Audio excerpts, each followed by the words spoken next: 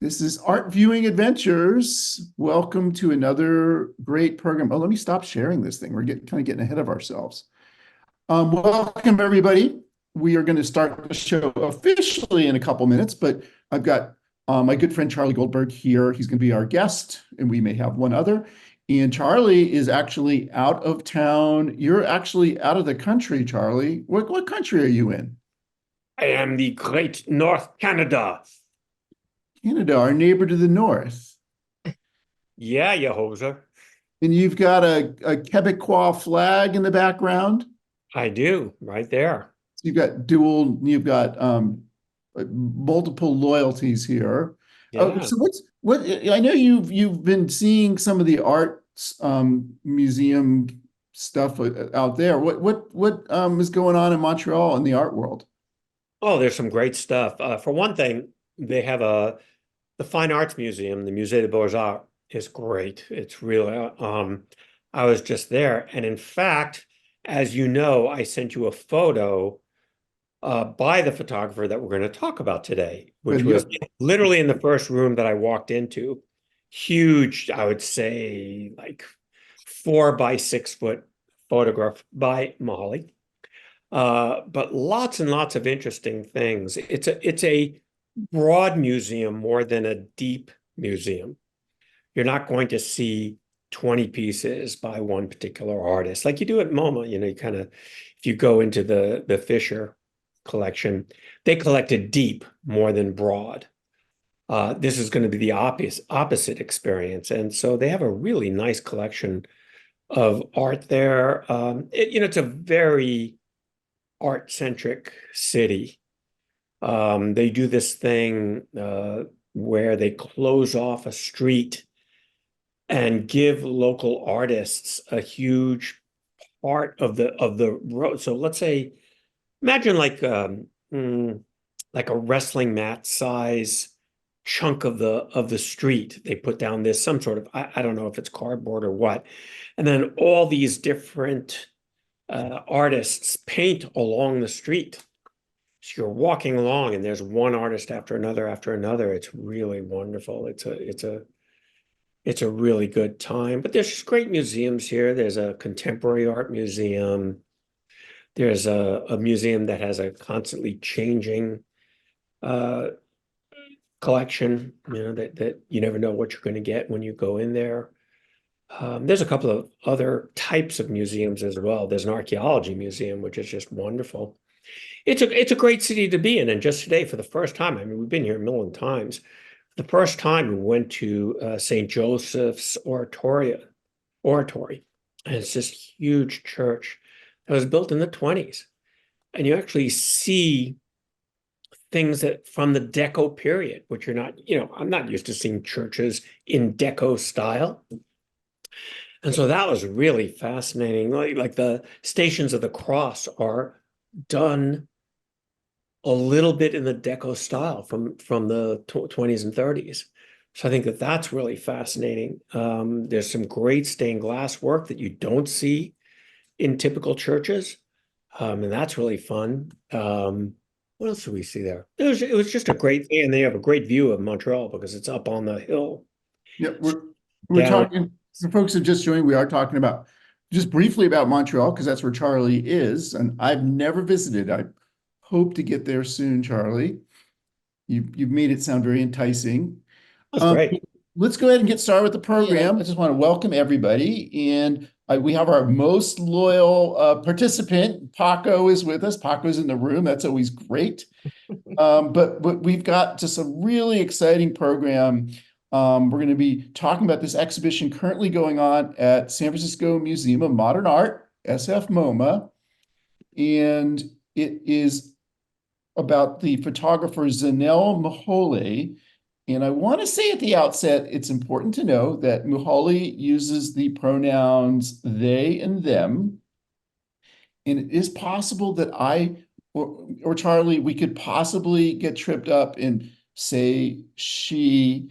And I just wanted to make it clear that we are not doing that with any disrespect in mind. We're going to do our very best to honor Moholi's pronouns, but that's kind of an important thing to know about them. And this exhibition is at SFMOMA through August 11th. So you have plenty of time to get there. And it is a real blockbuster. I'm going to start off just by giving you a showing of some photographs of the galleries. This is taken by our friend Don Ross, who is also a fellow museum guide. And so there's just a lot of portraits in this exhibition. These ones are self-portraits of Muholi. This one we'll be talking about. This is called Faces and Phases. And there's even, I think it's really impressive, the range Muholi has, that Muholi is a photographer, but they are also a painter. So we'll see some paintings from them. These are the different categories of pictures that we'll see in the exhibition. The first one, only half the picture, is scenes of trauma. So Muholi is transgender, and a lot of their subjects are also. And Muholi is also South African. And even though South Africa has like LGBTQ rights in their constitution, and kind of from a legal sense, there's acceptance of the gay community. There's still a lot of disrespect and even violence against people from the LGBTQ community. And so only half the picture is showing us kind of images of that trauma. Brave Beauties is showing transgender people who it's kind of a very affirming view of them.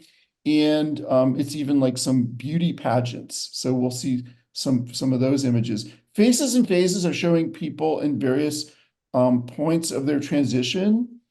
Being is couples, LGBTQ couples being shown in a very positive way. And then this last one, Samyama Naganyama, which is Zulu for Hail the Dark Lioness. Those are self-portraits that Muholi has done of themselves.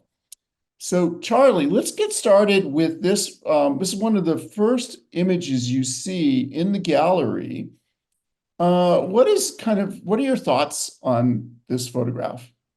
Well, I actually have a lot of thoughts about this particular photograph. I think it's a really interesting piece.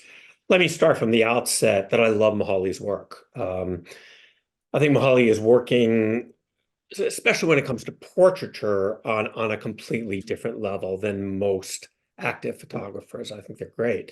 There's a couple of things I like. I always like photographs that have this repetitive form in them. So you're seeing this delta, or kind of going between the three sets of legs. But one of the things about this series, and the reason it's called Only Half the Picture, is that the sex of the subject is never completely shown. So you don't know who you're looking at, be it man, woman, et cetera, et cetera. And then what you also see are evidence of some sort of violence. So, for example, if we look at the thigh on the person on our right, you can see scarring all along the thigh. And you can also see some of it both on the thigh and the upper calf of the person in the middle. I don't necessarily see scarring. But, what Muholi likes to do is to document the struggles of all LGBTQ participants or members of that community who suffer a tremendous amount of violence. And for them, it's important to get this message out. And as you mentioned earlier, while not illegal, there's still a tremendous amount of homophobia in South Africa, which is not shy of exposing its violence towards this community. Yeah, I was talking with a friend who's gay yesterday about this, and they were talking about how, it is in the Constitution, and there are other countries in Africa that are far, far worse. I mean, Kenya, Uganda is the one that he pointed out, where people can be killed for being, so. There's many countries in Africa where death penalty still exists. Uganda is the one that we've been reading about most in the paper, but it still exists. So homophobia is pretty rampant throughout Africa. I'm not sure that it's a particularly safe place to be. I just want to point out just one more thing about this photograph, though.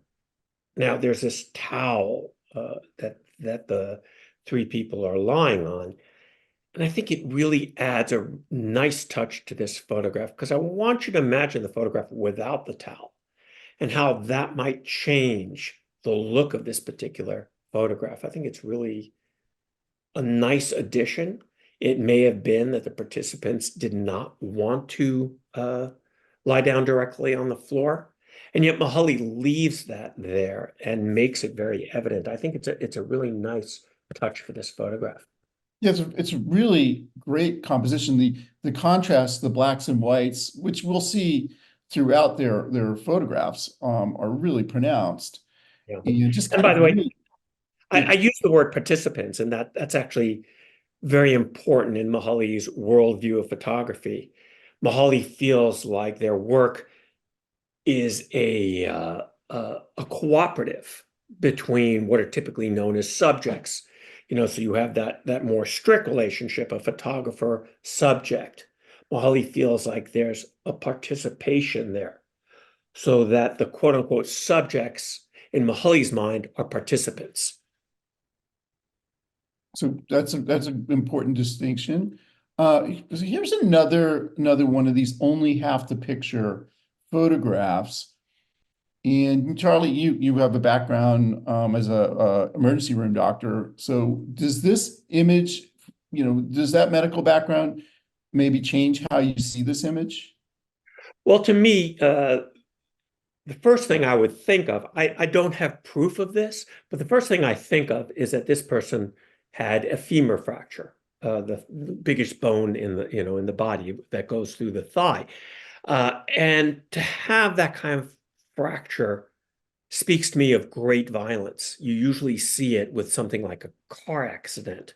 Now, it's very possible that this person may have had that scar from something else, but because it's in this group of photographs, it makes me think that they were the victim of really extreme violence. And what you're seeing there is that's not a natural scar. For example, that's not someone, what you can see along the side of the scar tissue is the signs of the sutures that were placed there. Now, again, I could be wrong. It could have been a very innocent thing, but it speaks to me like this person probably had their bone fixed, because of a thigh fracture, a femur fracture. And isn't it interesting that we aren't told that story? We have to really just imagine what we're seeing and how it relates to the trauma that LGBTQ people face everywhere, really. So we have to really kind of think about how did this happen? How is this person doing? There's so much we don't know from this photograph. Which was also true. This one, it's called Ordeal. And we see a person, they're looks like they're going to be washing themselves. And we just know it's part of this series. So it must have something to do with that, but we're not told. We have no idea what this is the aftermath of. Yeah, it's very interesting. I mean, Muholi uses this term curative rape. It's a phrase that I was not familiar with. I mean, I sort of guessed what it was about, but I had not really been familiar with that particular phrase.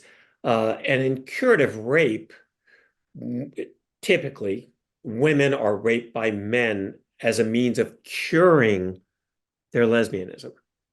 And Muholi has a close friend who not only had this happen to her, I believe is what the pronoun is used there, but ended up getting AIDS as a result of this curative rape. So, so to me, when I see this photograph, I have this sense that this may be post-rape. Again, I don't know for sure, but given that it's presented within this series, It's something that it makes me think of. And of course, again, as an emergency room doctor, this was such a common thing. Someone would get raped, and the first thing that they would do was exactly the last thing as a doctor that we wanted them to do. They would go into the showers, to clean off this filth, this disgust, this violation that they had. And of course, what that ends up doing is tampering with evidence, which is what the ER doctors are trying to collect after an examination. But this washing after a violent episode like that is really, really common. And you can certainly understand someone's drive to do something like that. So this is a person who's maybe trying to comfort themselves after some horrific incident. And I think also it's interesting, you wonder, like, who is Muholi's audience? This is something I'm sure they were hoping that this would be widely seen in South Africa. It would be widely seen within the LGBTQ community and the outer community. But, Muholi is an internationally acclaimed photographer now. So we're all seeing this, and it's making us all more sensitive to these things. Right. And proof of that, of course, is, I don't know how many of you heard, I'm in Montreal, went to this museum in Montreal, walked into the first gallery, and there was a huge Muholi picture hanging up. So, it's you're absolutely correct that they have an international reputation. Yeah. Now you and we've had exposure to Muholi's work because we are both docents for the Museum of the African Diaspora around the corner from SFMOMA. I've heard from a number of people who are seeing Muholi's work for the first time in this exhibition. So that's kind of interesting that, like, you have a fairly long history seeing their work, right, Charlie? Well, for one thing, Pier 24 had many of Muholi's works up, let's call it 3 years ago. They had a room dedicated to Muholi. And well, we're going to see some of the self-portraits. To me, they're just mind-blowing. I love the technique. I love the feel of them. And, they're unusual. And we'll go over that when we get to them. Yeah, I think that to us are our favorites. Although we really love a lot of these photographs too. So this is a different category of photographs called Brave Beauties.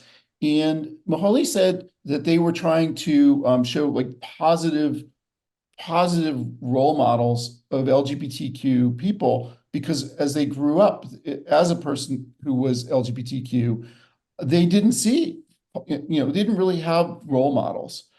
In these photographs, many of them are from beauty pageants of transgender people.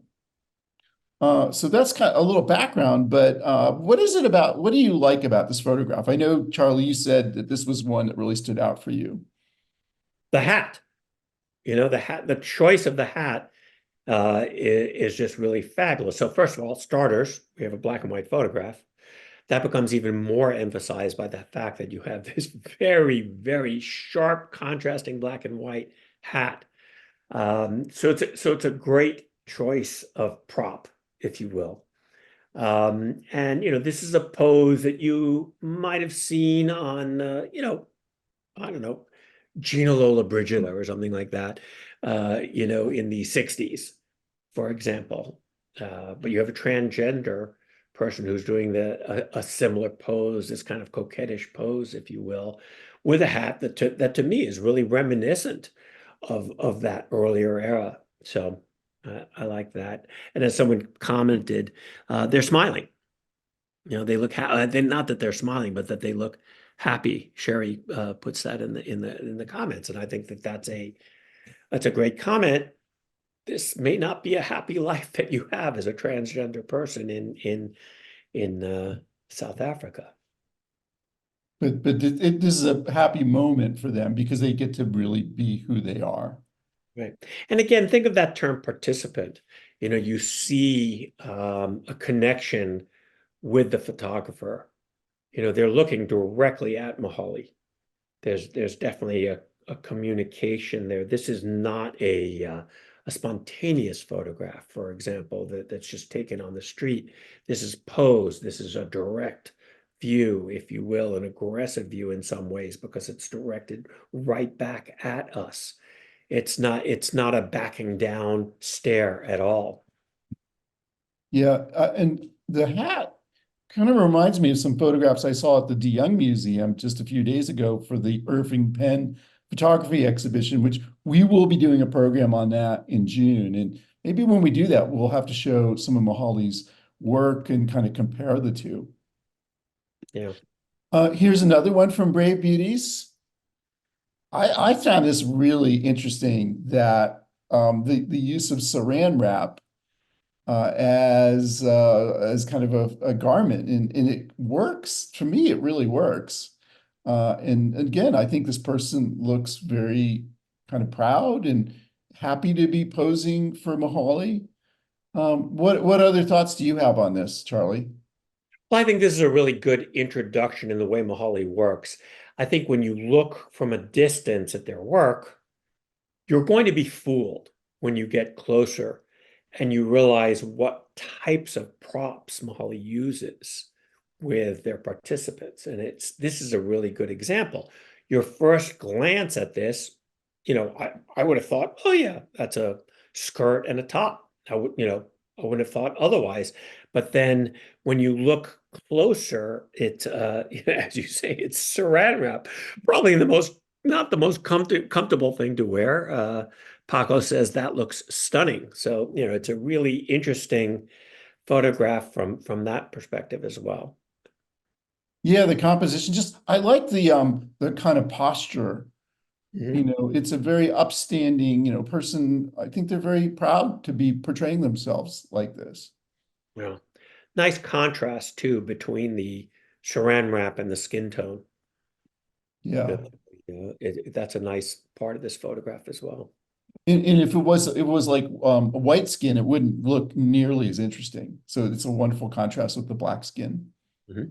That's another thing about Muholi is they really do celebrate black skin tones. Mhm.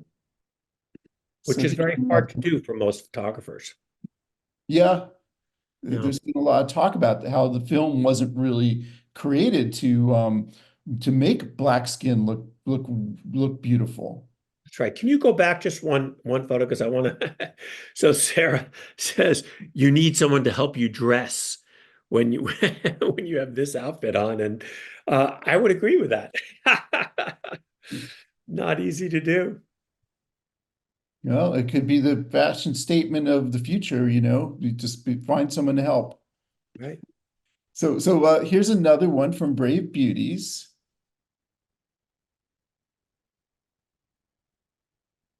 I think I like the way the light is shimmering off of the midriff of this Yeah. participant. Yeah.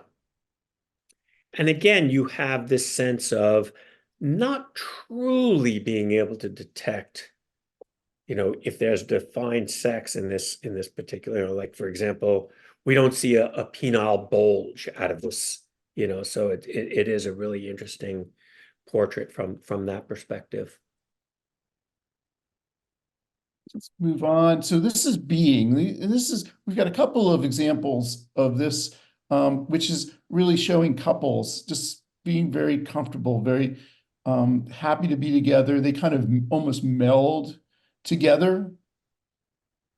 So what are your thoughts looking at this image, Charlie?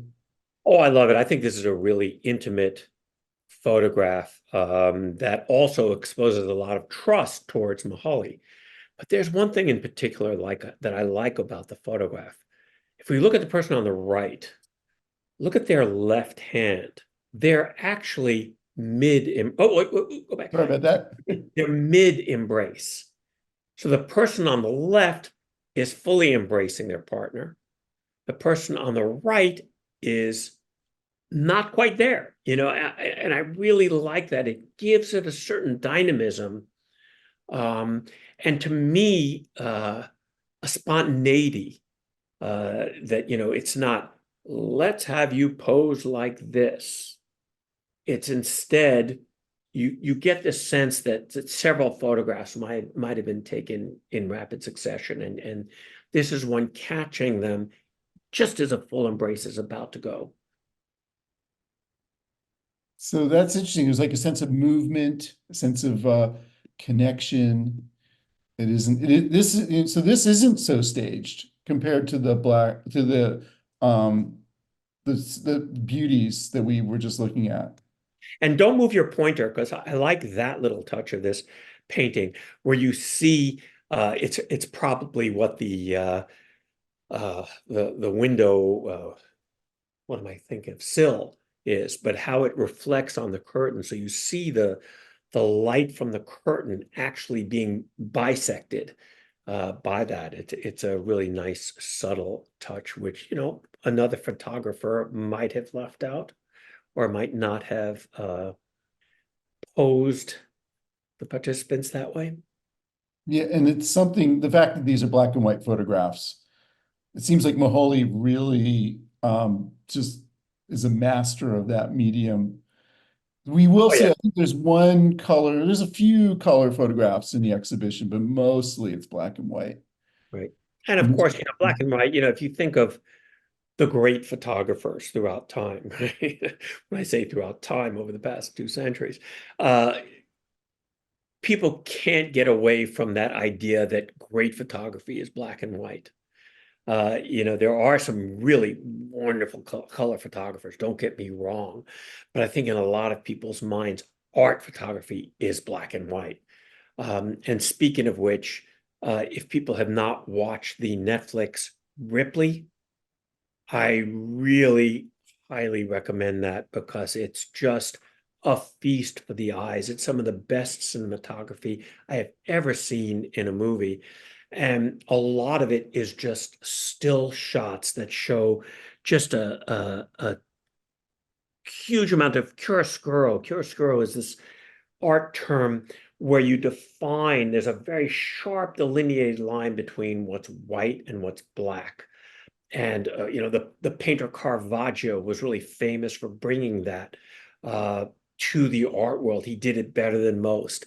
And of course, Caravaggio, I'm not just saying this, there's a direct nod to Caravaggio in Ripley. So those of you who like photography and great cinematography, don't miss it. Yeah, and Constance is saying in chat that she agrees with you. I saw episode one a couple days ago, and I agree. It was just really, I mean, every single one of the opening shots could just be a wonderful, Yeah. still black and white photograph. And I think that what a lot of cinematographers, we're off the mark here a little bit, but I just want to mention this is, which is that a lot of cinematographers tend to show people sitting at a cafe or a wedding scene or something like that to inject a sense of place and a sense of time and a sense of feeling and atmosphere. And I think what this cinematographer does is stills. You see one still after another that gives you a sense of atmosphere and ambiance. It's so strong. It's great. So Muholi plus Highsmith. Right, right. So here is a color photograph. And I know Paco mentioned with the last photograph, it looked like they were maybe about to kiss, and this is a couple that is kissing. Right. In just kind of a really interesting location with this juxtaposition of the object. I don't know if do you think that's an oven, Charlie, or some kind of That's what I kitchen? thought it was. I thought it was an oven. I suppose it could be an old style freezer, like, you know, an ice chest. But, Uh-huh. you know, just the fact that it has the word jewel on it, you know, makes this photograph for me. I think without that prop, I don't know. It's not one of my favorite works of Mahali, but the fact that there's that jewel, I think speaks legions. Yeah, and then I feel that they've really caught this is the decisive moment, like this wonderful moment in the kiss. You Yeah. know, the two mouths are up against each other, and I don't know, very tender. I like the feet in the black shoes, you Yeah. know, especially in contrast to kind of those almost like, uh, you know, like soccer shoes that you see, you know, the way the feet are slightly pigeon-toed into that, you know, into that view. I think it's a really tender moment. And it's such a slice of life. You know, we Yeah. have if you go to the Irving Penn exhibition, it's really, all stuff that's done in a studio. But this is obviously done somewhere out in the midst of these people's lives. Yeah. So then we get to faces and phases, which are people in various points of transition. And I wanted to read this quote that's up in the wall text. This is from Muholi. They say, each and every person in the photos has a story to tell, but many of us come from spaces in which most Black people never had that opportunity. Their voices were told by other people. Nobody can tell our story better than ourselves. And we're not going to, we're going to show you this photograph from it, but these are all people that are in some point of transitioning. But what's really great, and you're going to need to go and see this for yourselves, is there's a lot of video associated with this. So Muholi has created a documentary about people, and then there's these 4 different stations where it's kind of a loop where various people are telling their stories of what it was like for them to come out, to transition. And Muholi isn't just a photographer. They are also an activist, and they're trying to give voice to people that have not been heard from a lot in South African society. Yeah, and that's a term that they use. I'm a visual activist. So thanks for pointing that. By the way, thank you, Pamela, for Pamela looked up Ndebele stoves. Oh yeah, it's a South And African stove. put that particular model down. So thank you for that. Very cool. This is the wonderful thing about the internet is we can go real deep on all this stuff. I know. So we won't go too much further in the faces and phases. I just think it's great to go and experience that for yourself. So hopefully many of you are going to get a chance to do that. But now we're going to get into I think Charlie, you and I, this is the heart of Muholi's work, are these self-portraits that they do. Is this one? So this is probably one you'd seen before, right, Charlie? No, I had not seen this particular one. No. Well, what's going on here? What do you think they are? Where does this take you? Let me ask you that. Well, it takes me a lot of different places. Let's start by saying that one of the things that Muholi does is to darken their skin so that they're increasing the chiaroscuro, that term that I used earlier. Here, when we see the hair contrasted against the wall, there's a very, very fine definition between what's black and what's white. And then if you look at their skin color, it's clearly blackened, it's darkened. There's no question about that. And for Muholi, that's not necessarily a political statement. It's really more of an aesthetic statement to increase that contrast, to increase that chiaroscuro in their work. But there's a long history of self-portraits with mirrors, and it's such a great thing to really sort of celebrate because before mirrors, there were no self-portraits, right? You can't really look into a pond and see it clearly enough for you to be able to do your self-portrait from that. And, while there were mirrors, in centuries ago in Japan, for example, they were not particularly good and they were not particularly clear. It's really during the Renaissance when these glass makers from what's that island off of Venice? I'm sort of spacing out the name. They're very famous for their glass work. It'll come to me later. But they're really the first ones to introduce the idea of glass and steel being put together so that you have very reliable, and I might add, very expensive mirrors. And that really became the birth of the self-portrait, which also comes at a time when, writers were writing autobiographies, and it became Murano. Thank you, Sherry. That's exactly what I'm talking about, Murano. And it was the craftspeople from Murano that were making these. And it became such an important technology, if you will, at the time that literally Louis XIV had spies sent over to kidnap people who were doing this technology to be able to bring it back to France. And so, like you go into, if you've ever been to Versailles, you see the Hall of Mirrors, which is just, floor to ceiling mirrors. And I just cannot tell you how impressive that would have been, not to us in the 21st century, but back then. I remember someone who gave us a tour of Versailles saying that this was the equivalent of the atom bomb at the time. That if you came from another country, you were invited for some sort of political meeting at Versailles, you would look at these mirrors and go, oh my God, this country is so wealthy, we wouldn't possibly think of attacking them because they have money to raise armies. And I thought that was fascinating that the mirrors had this sort of political power to them. So again, I'm off on a tangent, but that leads to the increase in self-portraits, and there's been all these great photographic self-portraits that utilize mirrors. And so I love that this is a nod to that tradition. It's really interesting. Yeah, yeah, it is kind of interesting that there's this doubling from the mirrors. And then why do you think there's two photographs here, Charlie, instead of just one?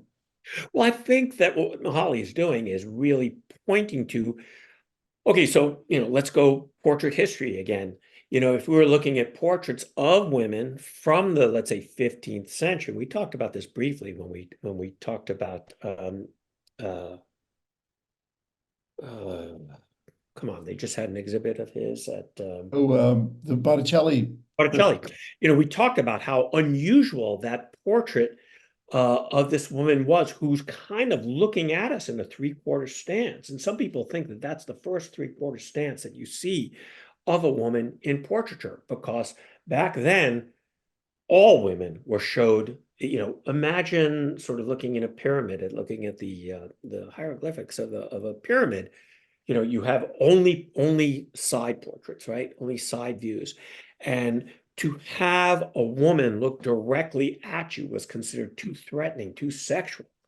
So in some ways, what Muholi is doing here is we have this sort of standard portrait of a woman in this, I'm using that term very deliberately here, looking off to the side, but then you have a very direct, aggressive gaze towards the viewer, towards us. So I think this kind of is a nod to that history. Yeah, so yeah, and I'm wondering if maybe, they're saying this is how I see myself. How do you see me? Mhm.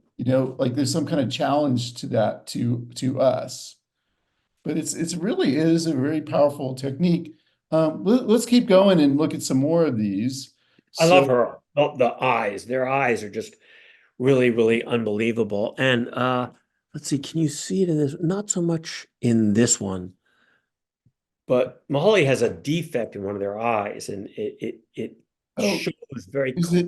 it, Let's see. I don't know if you can. would it be Yeah, that? right there. Yeah, yeah, yeah.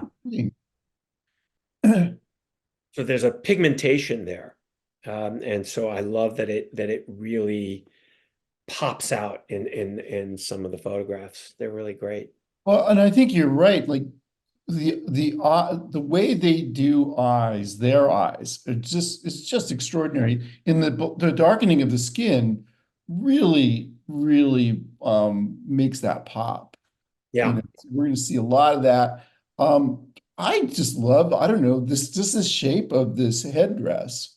it's great. And of course, I'm from New York. I look at this and I think the Statue of Liberty, with sort of the spikes coming off, and the fact that Muholi is wearing a kind of like a half-open dress, I guess that is, or I don't know if it's a shawl or a Okay, dress. And it's to me, that's what it evokes. And for Paco, it says it reminds me about wearing a headband. a very San Francisco thing, wearing a headband. This, Yeah, summer of love. You wear this during the summer of love. You're gonna like be a standout hippie, I think, right? yeah. And Gail has a comment that I love the ripple effect of technology. Mirror developed, self-portrait comes into being, and armies are held at bay because a country may have too much financial resources to take on. Yeah, exactly. Wow, that's a great point, Gail. So we're seeing in these self-portraits, Charlie, they often mention the place where it was taken. So like this, the two we just saw were Boston, and this is also Boston. Is anything is it? What do you think that artistic choice was made to tell us where these were taken? I don't really know, to tell you the truth, Rodney. I don't know how to. I mean, I told you that I made this connection with New York, but I don't know what the connection is with Boston. I don't know if they're just sort of saying that's where I did this work. I have a hard time, maybe someone else in the audience has another thought, but I don't have a metaphoric reason for the use of that title in this particular work. Yeah, I think that's something they commonly do. This is one I hadn't seen this one before, and it's in the exhibition. There's a bunch of these photographs that they've done that have been you'll actually see it twice in the exhibition. They blow them up to be floor to ceiling. So there's both I don't have the size of this one, but it would be I don't know, like a 2 by 3 foot image, I think, maybe a little bit bigger, 3 by 4. But then you also see a very, very large version of this. But what are your thoughts on this image, Charlie? This is another one of those images where you have to do a double take. When you see it from a distance, you're not sure what they're wearing, either across the forehead or across the chest like that. You come a little bit closer, and what are they? Cameras. And what better homage to photography for a photographer to use than literally use the cameras to to clothe yourself with, if you will. And so this is the photographer who is telling us, this is me. I am literally engulfed by the camera. Of course, the camera that we see here is an old style camera. I kind of doubt that Muholi uses. Let's see. Let me see if I can They read. do look like they might be disposable cameras, Yeah, right? They're certainly not the cameras we're used to today, which are cameras that are we call them phones. They're many different things, right? This no. is a dedicated camera. Yeah, Should I exactly. zoom in on one of these? Yeah, if you wouldn't mind. I want to see if I can see. So that looks like a brand that I don't recognize at all. So I'm not sure what that is. But it's it's a great photograph. Again, look at the contrast, look at the chiaroscuro that's being Uh, in here. I'm just curious on the audience what your reactions are to this image. If this provokes a particular response from anybody out there, feel free to either throw it in the chat or unmute if you want. I think this is what the museum is using to promote the show. They just felt this was such a distinctive image. Yeah, and a very, very direct gaze. It is very direct, and again, the highlighting of the whites of their eyes is really pronounced. Right. Nikki says the ultimate selfie. And Sarah Paul says it reminds me a bit of Nick Cave's sound suits. And I love that comparison. If you're not familiar with Nick Cave's sound suits, Nick Cave is a artist from Australia, if I'm not mistaken. No. There's the Nick Cave, the musician, and then there's Nick Cave, the sound suit guy is from, I think he's from the Midwest, Is Nick Cave the musician from Australia. Oh, gotcha. Okay, so I have This to place. the other Nick Cave, the sound suit guy is African American, Midwesterner. I used to get them. I used to be like, how can this be the same person? And I found out they're not. Yeah, I thought it was the same person at first, and then of course I found that it wasn't. But Yeah, Does but look it does look like a sound suit that Nick Cave would do, which are someday we'll have to do a program about that because his yeah, stuff is very really interesting cool. artist. And of course, they're called sound suits because as you walk around, they make noise. Yeah. They'll often have bells or metal objects or things like that. So I love the comparison with that. And then Nick says we clothe ourselves in the objects that define us. Absolutely. I mean, this is a photographer clothing themselves in cameras, literally in cameras. And Constance says, is this a statement about their high-tech photography versus old school cameras? Well, that's an interesting question. I don't know the answer to that question, but I think That is really interesting. Like, if you could ask Maholi, what is your relationship to these cameras? That would be a question I would love to ask them. right. And Nick says, I recall a movie title, I Am a Camera. Nick, do you remember who did that film? I can't remember who that was. I do remember when that came out. I don't think I ever saw it, but No, I never saw it either, and I certainly don't remember who did it. yeah.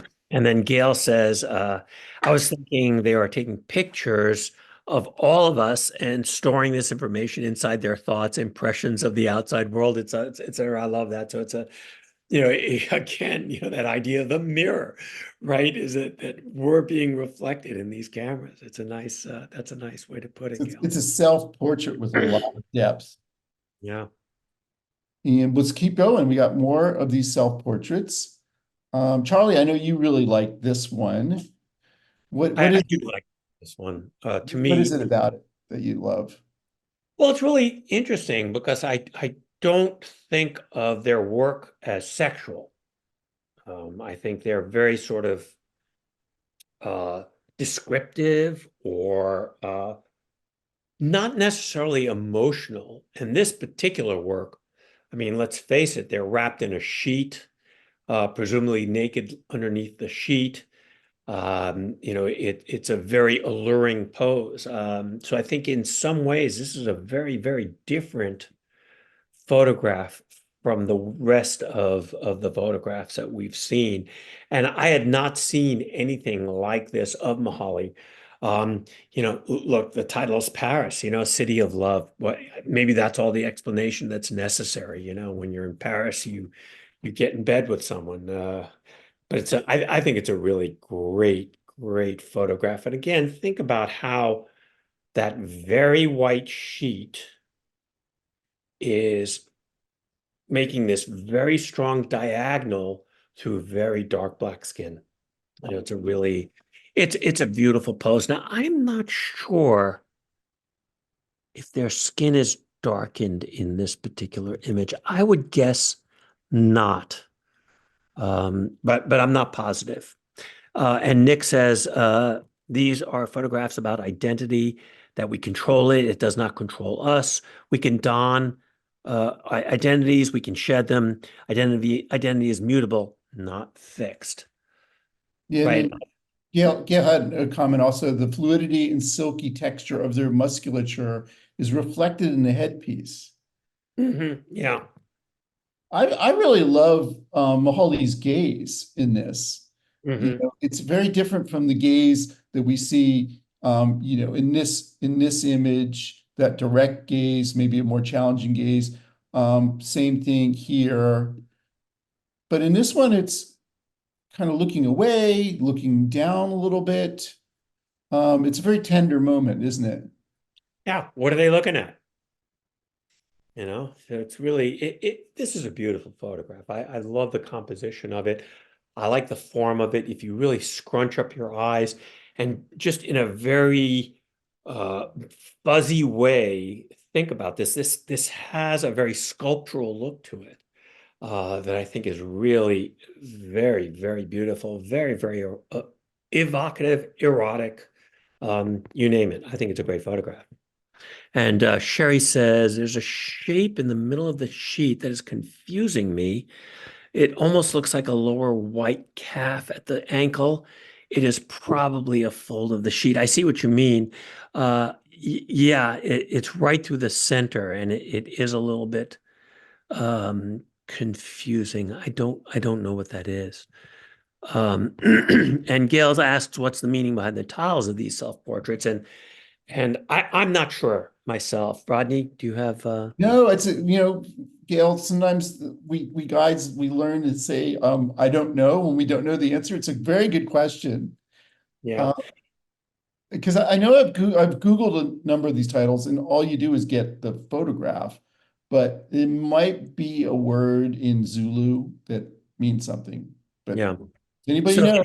I'd love Sophia to writes find out. Sundust, Lady Liberty, Biscuit Sticks, the hair ornament.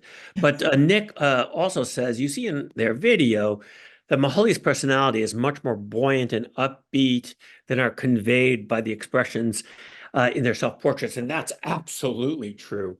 They're really fun to listen to. The interviews are terrific. Just really, just again, I really like this person's work. I think they do great stuff. I've been a big admirer since the first time I saw one of their self-portraits. And from that first one, I could always pick out what was a Muholi work. To me, it was very, very, sorry, have this very strong imprint on their work, and it's very impressive. Yeah, so if we were to compare Muholi with Cindy Sherman, Mm, what would your thoughts be on that? Since Cindy Sherman also does a lot of self-portraiture where she evokes characters, and I don't know if we can say that Muholi is doing that. mhm, Muholi is certainly showing themselves in many different ways. mhm. Do you see any, like, I do wonder, like, do they know each other? Would they have cool things to talk about when they get together? Yeah, I think that that's a great comparison. And Cindy Sherman, for those who are not familiar with her work, is an artist who, for example, she has this whole series on their fake movie stills, where you think you know the movie that you're seeing. There's one where she's dressed up sort of like Sophia Loren. There's another one where she's standing in the middle of the road trying to wave down a car. And, there's another one where she's cleaning house. And you think, oh, yeah, I've seen that movie. And what she's doing is very deliberately sort of pulling on feminine tropes in cinema. But she also does a lot of other different kinds of work. A lot of times she uses prosthetics to change the shape of her face. She uses a lot of color. She does do some black and white work. But I think in some ways the two of them are working in parallel. I think that that's a great statement. So Nick says Sherman's characters are media stereotypes or cultural stereotypes. Muholi's characters are anti-stereotypic, highly individualistic, defiant, not reflective of cultural norms. Yeah, I would agree with that, but they're still taking on characters, sort of. And not all of Cindy Sherman's stuff comes from cinematic things, but it's kind of interesting. And then Paco says that literally looks like an old-fashioned lady. This is incredibly reflective. Yeah. I just have a little anecdote about Cindy Sherman because I went to school in Buffalo, and Cindy Sherman went to the other big college in Buffalo, Buffalo State.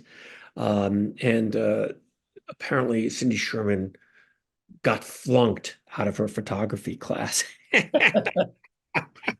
Which I think is really hilarious. And one of my friends who taught in Buffalo said, "Oh yeah, that professor was such a jerk." That would be a funny thing to have to live with, I know. Can you imagine you flunk one of the great photographers of our time? Let's Yeah. move on. We got a few more of these to look at. This one, I just really love this. Because it almost looks like some kind of traditional African ceremonial garb. Only we can see it's clothespins, but I don't know. I love the way, first of all, the white black contrast of the clothespins, and then of course the lips, right, and the eyes. It says, "Ouch, Yeah, ouch, indeed." things you have to do for your art. And Nick says we belong to the laundry tribe. Yeah, Gail loves it. Yeah, and this is another one of those pieces that you have to take a second look. I think if you're just walking by the gallery really quickly, you think, "Oh, yeah, that's an interesting headdress," and then you walk by. But when, of course, you look a little bit more carefully, and there's laundry clips also to the ears, but also if you notice carefully, not only is the skin darkened, the lips are whitened even more. So you have an even stronger contrast. And of course, what are they wearing? They're wearing something that has these contrasting stripes of black and white. And then behind is this very interesting background, which we haven't seen in Moholi's photographs very often. It's this kind of splattered, sort of softer, light, dark background, which I think makes us look even more to the foreground towards Moholi's face and torso.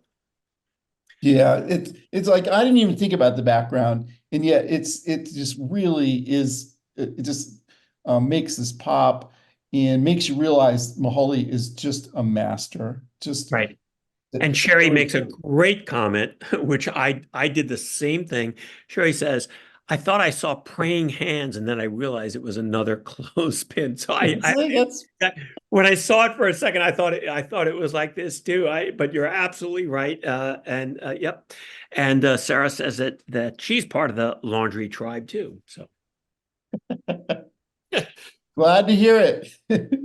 Let's a couple more. This one, you and I were looking at this, and we noticed it's a little hard to see. There's like kind of a tattoo. We see a little bit on this. We'll maybe see it in another image too. But this is just like kind of one of those images where you say, "Well, what's going on here? How did they do this?" this is a fascinating photograph to me. So what you're seeing here, so at first glance, you think they're wearing a kind of gown, like a robe, that has a high collar and then a hat, kind of like the clown in Pagliacci or something like that. You really have that look. But then when you look a little bit closer, it's actually tape that they're using. Very, very white tape. And so there's tapes across their breasts, there's tape that comes up higher and then lead down onto their shoulders. And that whole ring around their head is tape. And then, of course, what's in the hair is also tape. So again, this is another one of those that you get rewarded by closer looking because it's not what it initially appears when you first look at this photograph. Sylvia says, looks like Chinese character king, which I don't know. I'll have to I like that comment. Yeah, I'll have to take your word for it, Sylvia. I just don't know. Constance says the tape must be on fabric, though, like collar for sure. The collar, I think, is on some sort of backing so that it can be made stiff and made to look like that. The other tape is actually directly on their skin, if you look really, really carefully. And there's sort of proof of that because if you look at their left shoulder, the right side for us, there's a tattoo on the left shoulder, which I think is more visible on another image, if I'm not mistaken. It's actually a really interesting, Constance says, ouch again. Yes. Yeah. But the tattoo is very interesting. It's a tattoo of a uterus, a fallopian tube, and an ovary on their there we can see it more on this one. Our right side. And you can see it a little bit more clearly here. For me, it's an interesting choice of tattoo. By the way, love this photograph. I think this one's just great. Yeah, you see so much like black-white contrast by darkening the skin, and then like these are, I guess, reflections off the skin, and then the same thing in the hair. Right. So just like, really, Muholi really knows what they're doing with black and white, like getting. I don't know. I would love to. If only Muholi and Ansel Adams could have like spent time together. I think they would have had interesting things to say to one another. Yeah. So, so Gail says the Swedes go a little crazy with body paint during important football matches, i.e. soccer for us Americans. Maybe a take off on this tradition. Well, that's a good thought. Feminist take on that. I like that. Yeah, yeah. By the way, it's not just the Swedes. Yeah, throughout Europe, they're pretty crazy about the body paint. Do you have any more photo? We're nearing 5 o'clock. Yeah, we're getting close to the end. I think we'll wrap up with this one, which I know you and I, Charlie, we both love this. Yeah. It is an echo of another Irving Penn photograph. Again, we're going to be talking about Irving Penn in about 2 months, the exhibition at the De Young, which there's some images there where you only see one eye of the in his case the subject. In this case, this is Muholi themselves.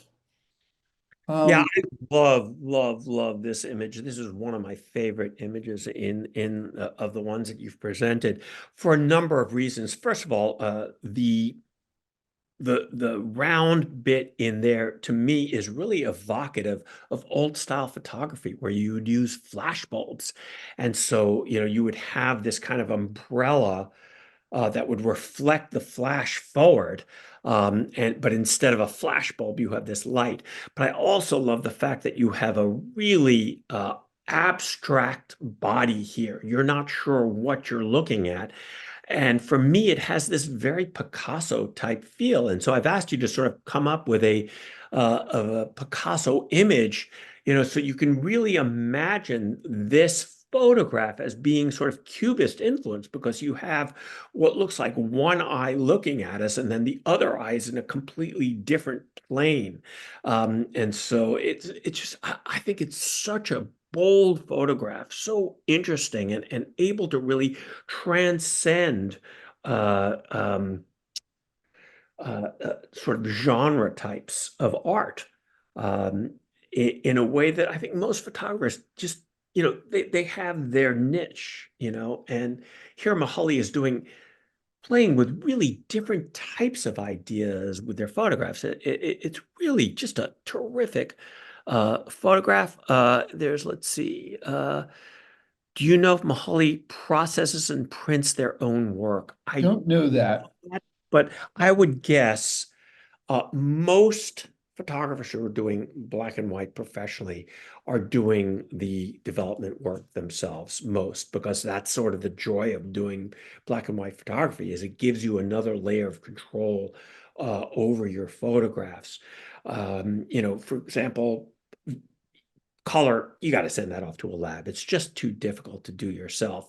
But black and white is something that you can do in your own home, if you will, or in your own studio. And it gives you that extra layer of control. And something that, Ansel Adams was so famous for, is this idea of taking these photographs and then whatever he took had almost no relationship with what he ended up with. He just would manipulate those photographs in the photographic studio so to come out the way he really wanted to do that. So.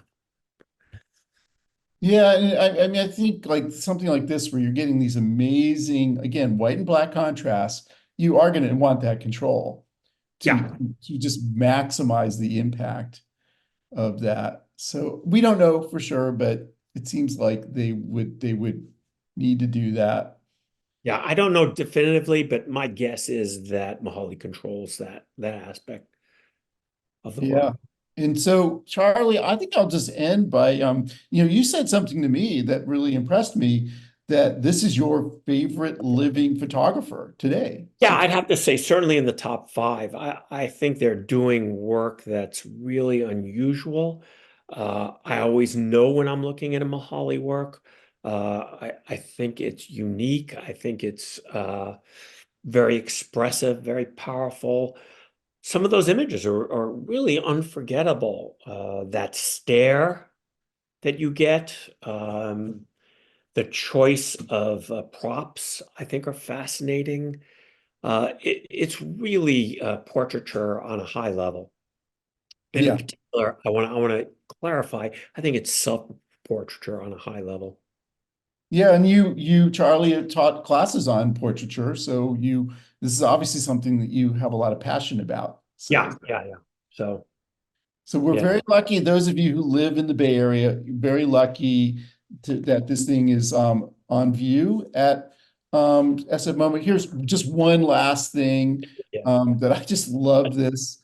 Again, the eyes, and then juxtaposed against this incredible image of texture. So lots of cool stuff to I spent a lot more time in the gallery than I planned to. I was going to go and see it for about an hour and then have lunch, and then I ate my lunch, and then I went back and spent like another hour and a half looking at Yeah, this. this is work that close looking will pay dividends.